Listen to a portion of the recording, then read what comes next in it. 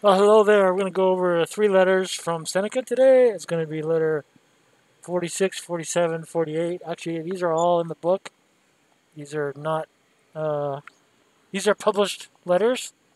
And letter 46, I just have one keynote on it. I guess Lucilius wrote a book and mailed it to Seneca, I guess.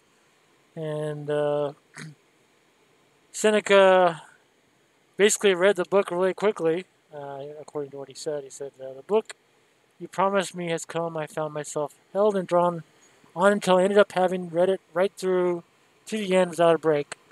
All the time, the sunshine was inviting me out, hunger prompting me to eat, the weather threatening to break, but I gulped it all down in one sitting. So I don't know.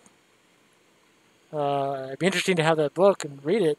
I don't have it. So if anybody knows, please comment uh, where that book is or if it even exists. Um, Okay, so that was kind of a short letter. Letter 47 on master and slave. Seneca talks about you live on friendly terms with your slaves.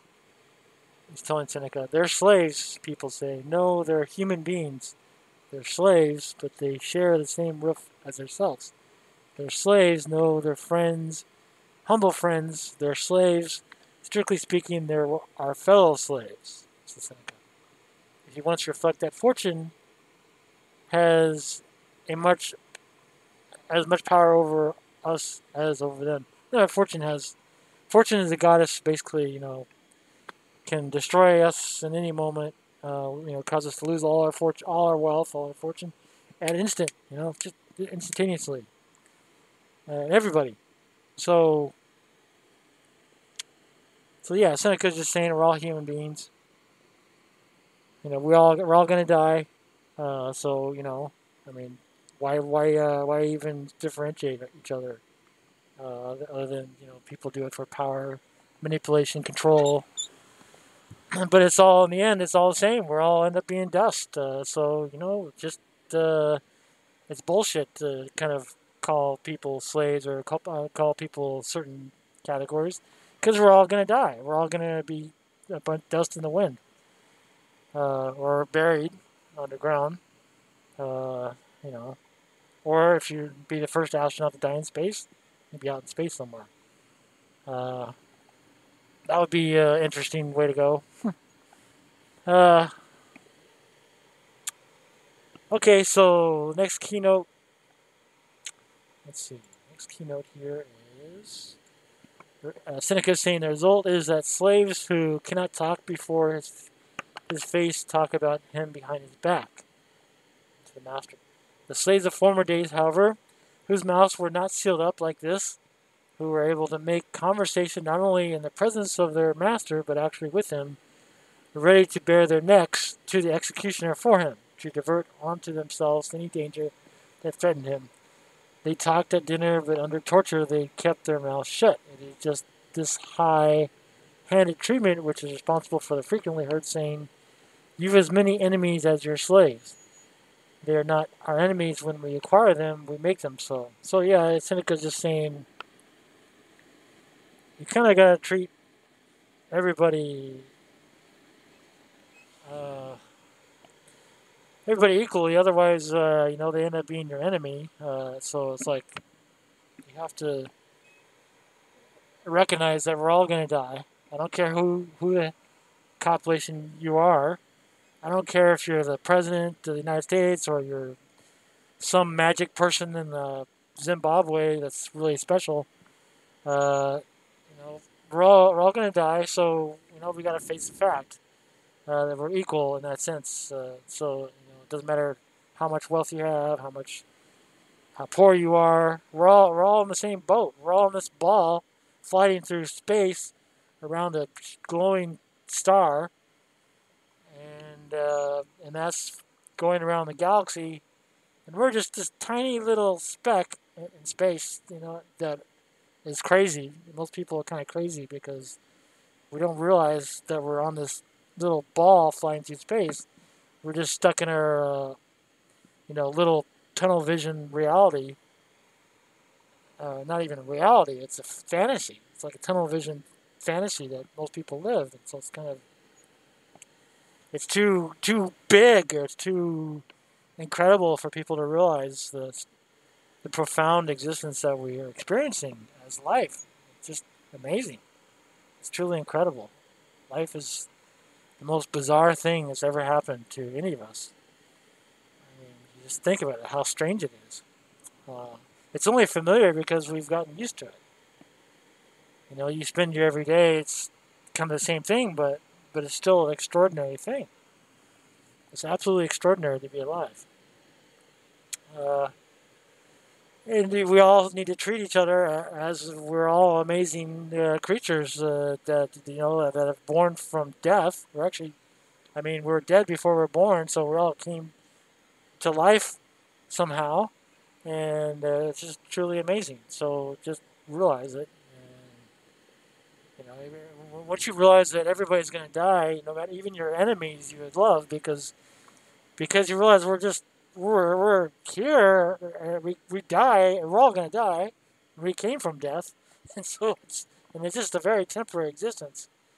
It's extraordinarily temporary. I mean, we got between two infinities: infinity before you're alive and infinity after you're dead. And so it's a vast, and we're just a short spark between those two incredible amounts of time. And so we're all equal. In that sense, we're all this little tiny ball. Or big ball, depending if you walk around the Earth. When you fly around the Earth, it's more like a little ball. Um, Especially if you're in a space station. You can go around the Earth really fast. Okay, next keynote I have from Seneca here is treat your fears in the way in which you would like to be treated by your own superiors. And whenever it strikes you how much power you have over your slave, let it also strike you that your own master has just as much power over you. I haven't got a master, Lucilius is telling Seneca. And Seneca says, you're young yet. There's always a chance that you'll have one. And I look at it, I wrote in the parentheses here that, in a way, almost your neighbors are almost like your slaves, masters. And the homeowners association that you live in, if you have an HOA, your city is also your master. Your county is a master. Your state government's a master. Your federal government's a master. So you have the neighbors are kind of like equal plane, but they try to influence the higher levels to manipulate you. But anyways, it's like four masters, four landlords. Which I look at, like, if you own property in the United States, you don't really own it. You rent to your county because you pay taxes to your county, so that's your rent payment. If you don't make your rent payment, you get evicted, just like a tenant. There's no difference, really, other than it's a longer time frame. And so those are landlords. So you got a county landlord, you got a city landlord, you got a state landlord, and you got a federal landlord. So you got four landlords when you own property, but it's actually renting. So it's just kind of a facade, but it's a great system to manipulate perception. But so anyways, even if you're a tenant, you're just like another layer. So it's just your landlord's another layer. So you got the federal government, you got state government, you got county government, you got city government, you got HOA, and you got landlords. So there's 6 layers if you're a tenant. All you do is get rid of one layer if you're an owner. Owner. So so pretty much everybody's got masters. Unless you're out in the middle of the ocean, you're the only person or you're captain of an aircraft, or in the middle of the captain in the ocean. That's the only time that you don't have any master. So, but all else, when you're on land somewhere, there's going to be a master. It's going to be some government somewhere. Unless you're the president of a country, or something of that nature.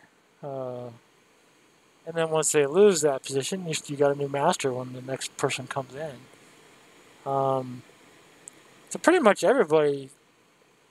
I mean, even if you're a president of a country and you go to some other country, once you're on the land of the other country, then you got a new master because that person's in charge of that particular piece of land. So, or even a ship, which is an interesting thought. Is, what happens if you're a captain of a ship and to say the president comes into on the ship and tries to get you to do something that you won't do, like say sail into a storm, and who's the master there? I mean, that's kind of an interesting question, interesting legal question. Uh, I mean, ask me, the captain's is number one. I mean, no matter who else is on, if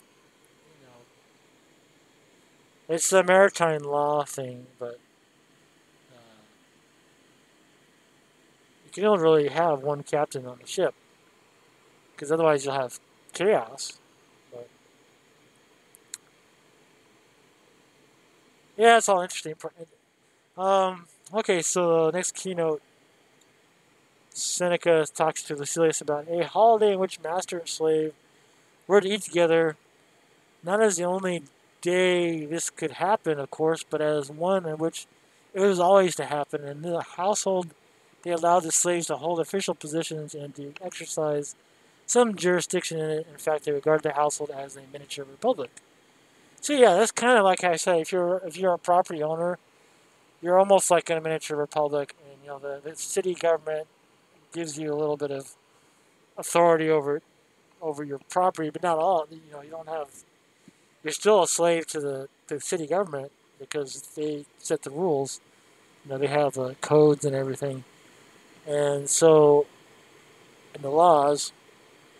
Uh, but you have some small localized, in the framework of all those laws and rules and codes and everything, you have some control, a little bit of control, and that control is temporary because they can change the rules at any time for any reason. So you have to be aware of that fact and deal with that.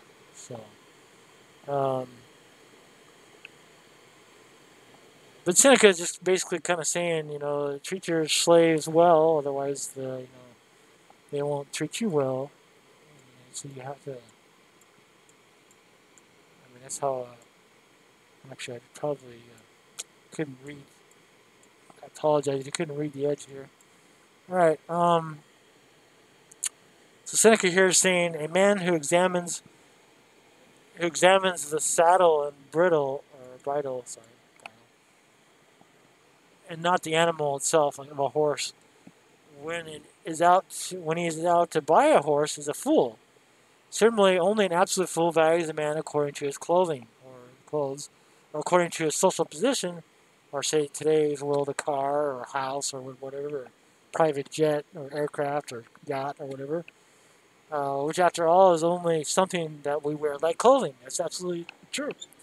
And a lot of people are really shallow judges and don't really, look beyond the curtain of Oz. They never, peek underneath the curtain because they just like they're dazzled by the flames of Oz or whatever, Wizard Oz. Which reminds me, I want to write down. I'll put that in the comments to look at Wizard of Oz because the Wizard of Oz is, Raising the Curtain of Oz is one of the great works of art that I really like. Video art. Because I think most people are generally kind of, they just, I mean, it's understandable. It's sometimes good to be lazy, but it's also, you miss out on a lot of things in life. And I think it's like the, um, most people just look at the curtain. They don't look underneath the curtain and try to understand how the gears work. And who's pulling the strings. A deep state type of thing. To understand the deep state of the United States, read Noam Chomsky, and you'll, like I said, keep your patriotism and a seatbelt. If you want to have anything left after, uh, it's painful.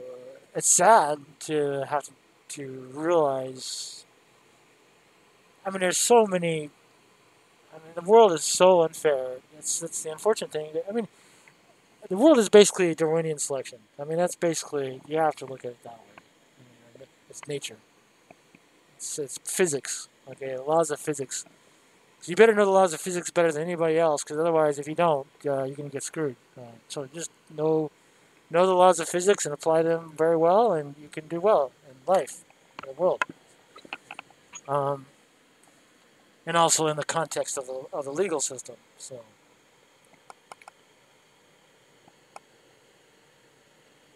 Um, so, anyways, yeah.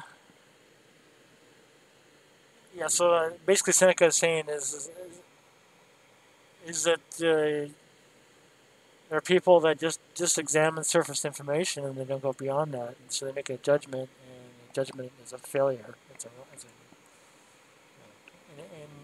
An inaccurate judgment of reality.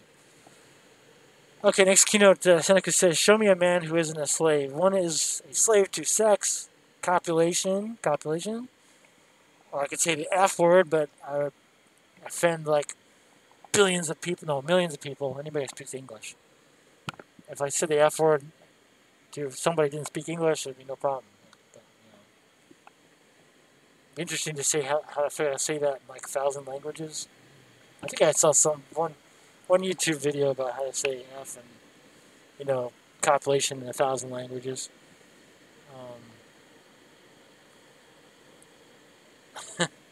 I may put that in the comments so you can look at it.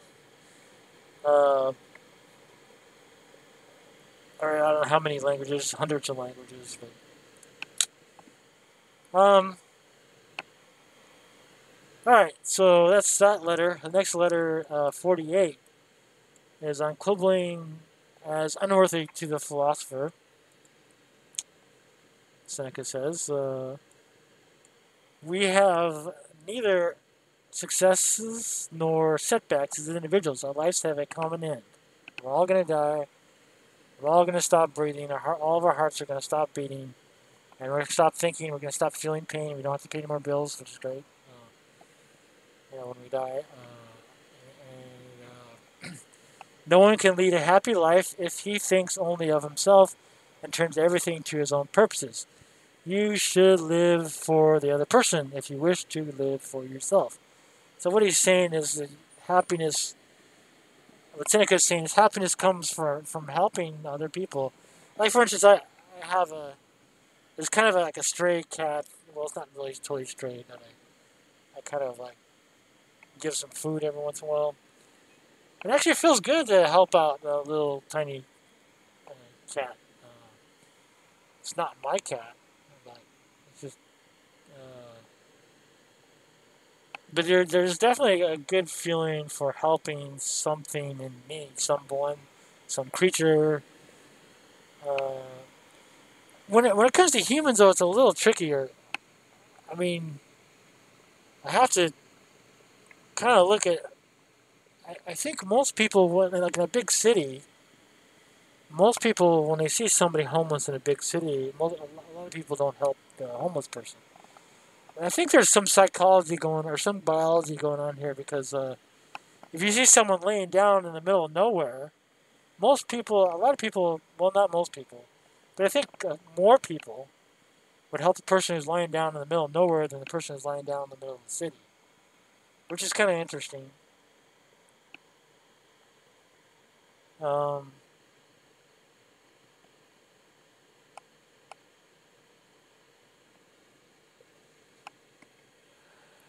but Seneca is saying that a lot of happiness comes with helping people. I think that's what he's kind of saying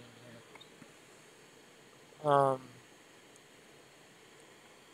Is living for to help other people, and that's why people have kids. That's why you're living to help bring a new life into the universe, and there's a lot of reward for that, and there's also punishment too. I think I hear both sides to that,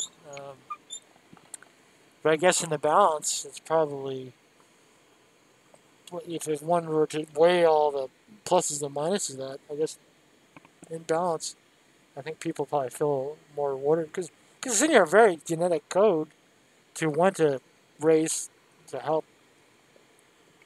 bring somebody into the universe, and you know it's in the very nature of the genes to do that. Um, so next keynote here I have is Seneca saying, "For one person, man is equivalent to friend. For another, man and friend are far from being identified. In making a friend, one man will be seeking an asset, while another will be making himself an asset to the other.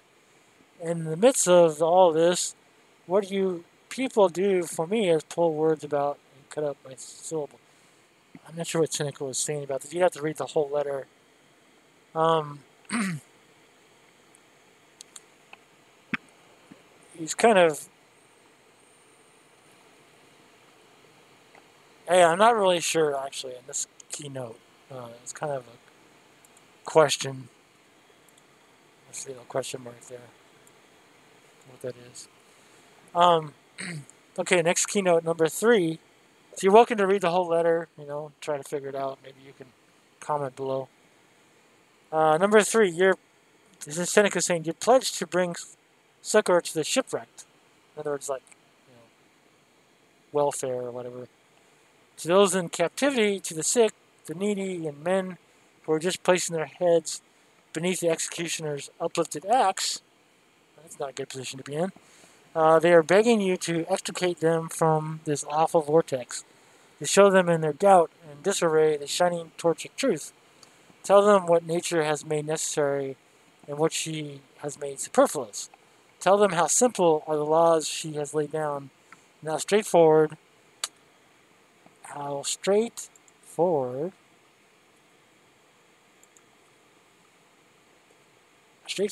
and enjoyable life is for those who follow them, the laws of nature, and how confused and disagreeable it is for others who put more trust in popular ideas than they do in nature." So yeah, this is one of the curses of the agricultural age. I mean, it's great that we created all these gadgets and everything of life, a lot of technology. However, it's kind of been a curse too. All these popular ideas, these inventions,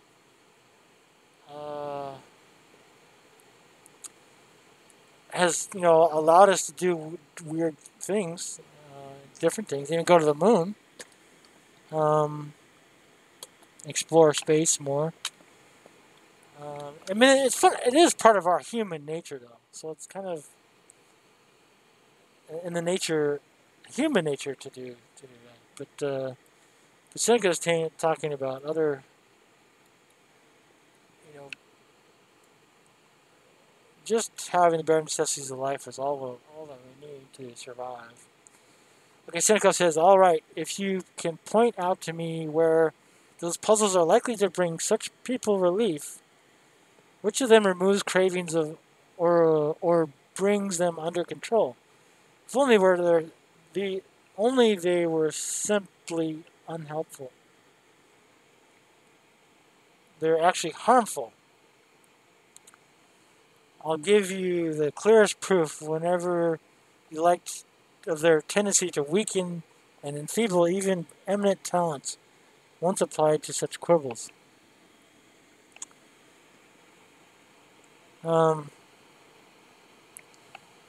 Yeah, I mean, definitely some technology is more does a lot more harm than good. I mean, look at all these wars that we've had. It's a balance, though. That some technology has been I mean, if we can apply all this instead of killing each other with the military technology, we can come up with technology. We've thankfully been able to, you know, redirect that, like for instance, global positioning system or the internet, so that you can watch this video. All those were military projects, and thankfully are now have a civilian utilization. Um,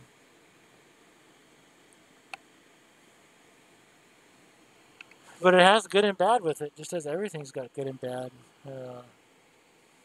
But I think what Seneca is just kind of saying is it's kind of like Occam's razor. You want to be happy in life, you have to kind of have to cut all the crap out and figure out what the most critical things are. As long as you got water, you got food, you got a little bit of temperature control, maybe sex. Those are the basic bare necessities of life. Uh, for life to continue. As long as you got those basic things, you're pretty much okay. You may even be do without some of them too, some for a little while. Uh, okay, so next keynote 4. For that is what philosophy has promised me, that she will make me God's equal. That's the invitation, and that's what I've come for. Be as good as your word.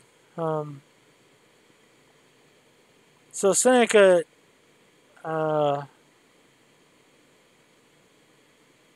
yeah, the idea of a deity is highly subjective and perceptual. So it's interesting that Seneca talks about this. I mean, all depends on what your interpretation of deity or God is. And so, like I look at the self as, and like kind of what Seneca is saying here is that my interpretation is being like the physical self is an asymmetrical aspect of your existence, because the universe created you essentially. I mean, the universe carved you.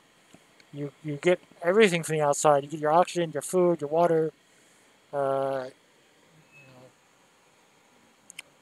sunlight, temperature. All these are externalities, but they've made you just as much as you are you. So it's like it's kind of an illusion to think that the complete physical self is just contained within the body, because there's so much external. I mean, language is external. You didn't come pre-programmed with English or whatever language you speak, and so the asymmetrical aspect of your existence is the entire universe, pretty much. And that's where we all go when we die. We just become, instead of asymmetrically, physically formed, where the matter and energy just gets merged with the asymmetrical portion of the universe, which is most of the universe. I mean, excluding your own physical form.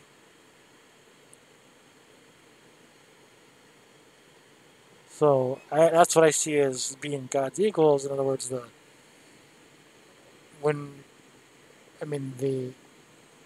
external universe is just as much as part of you as you are you. So that's how I kind of see that. Last keynote 5, straightforwardness and simplicity are in keeping with goodness. Even if you had a large part of your life remaining before you, you would have to organize very economically to have enough for all the things that are necessary, as things are.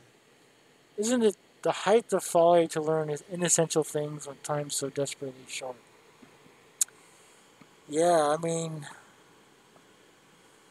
I think there's probably a lot of stuff in school I didn't need to learn, or didn't really need to spend time on. But the system tries to do the best it can. Uh, but yeah, time is extremely short. Your time is non-recoverable. So that's what I'm saying. If you're watching this video, I want to help you try to get out of monetary slavery as soon as possible, especially if you're a STEM field graduate, science, technology, engineering, math. I would love to help you get out of your slavery because I think more people who are STEM field graduates, the better that are free from monetary slavery, the better the world will be because then you'll have freedom to invent, you'll have freedom to be creative instead of stuck in a cubicle, being told what to do all the time. Uh, you know, I mean, there's some. I mean, for big projects, you need to have people cooperatively working together. But I think people can also do that independently, just like in the book Sovereign Individual. If you see my book review of that, part of what the authors talk about is kind of like big projects being almost like big movie productions where you've everybody, all the top people come together and or the most capable, not necessarily as the top people, but the best people come together, good people come together, just people help out and work on it for a year, a couple of years, 5 years, I don't know, and then it's done, and then they go on to the next thing. But not like slaves to the corporation or slaves to some giant corporation. Um, so yeah, the question kind of becomes: what's essential to learn? What are the essential things to learn? Well, I think I mean that's why I love this philosophy book is it's because Seneca kind of teaches some essential things in terms of being free, not being a slave anymore. I don't want people to be slaves. Like I said, the more free people in the world, the better off the world I think will be. Because you want people to do things because they want to, not because they have to. Because it just provides a happier world for more people. Um,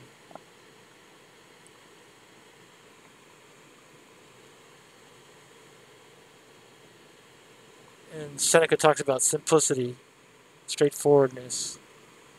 And yeah, so this is like the simplest. The world we have like 8 billion. I don't know how many, almost 8 billion people. We got. I mean, the simplest things we need is clean water to drink. We need food. We need a little shelter, like temperature control, a little bit of that, and we need clean air. That's pretty much about it. Uh, that's the simplicity of goodness. And so if we can automate that, lower that cost of doing that for everybody, we can make a better world. And I've been looking into some robotic farming systems, which I think are really kind of cool. Kind of like a 3D printing system, but I'm gonna put it in the notes. A comment below. Um, so it's like it actually plants the seeds for you robotically, waters them every day for you, picks out the weeds for you. The only thing it doesn't do yet is pick the fruit, sort of after the plants are grown, vegetables. So that's one other step they can do. But I'll put it in a link because something I'm kind of interested in. I like to do. I got so many things I want to do, but I just very little time in this universe. But I think it's a great idea. I love it, and I think more people have that sort of thing. It lowers the cost of basic bare necessity. See, if it's a common goal for all of us 8 billion people to lower the operating cost of survival, then we can thrive. Then we build a technology to colonize space, explore the universe. Um, but only until we can get to that point, though, can we really do that. So, I mean, this is kind of like the missing step, I think, in a way. I mean, you got to get that, and then you got to get because everybody's bare necessities needs to be covered before we can go beyond the Earth, pretty much. But that's it. A little bit of a short video today, mainly because letter 46 was short. But I hope you enjoyed this. If you don't like it, thumbs down, unsubscribe. uh, but if you do like it, please do subscribe and like so that more people can experience it. We're still in a pandemic. I imagine we'll be in a pandemic for years now. I don't know how long it's going to last. But hey, stay safe out there. And have a good night, good evening, good morning, good day. Adios, amigo. Adios, amigas. Zaijian, Tongyo. Bye. And I'll try to learn a few more ways to say goodbye. I don't know how to say it. So, you take care and stay safe and enjoy philosophy. Life is short. You value your time. And you take care.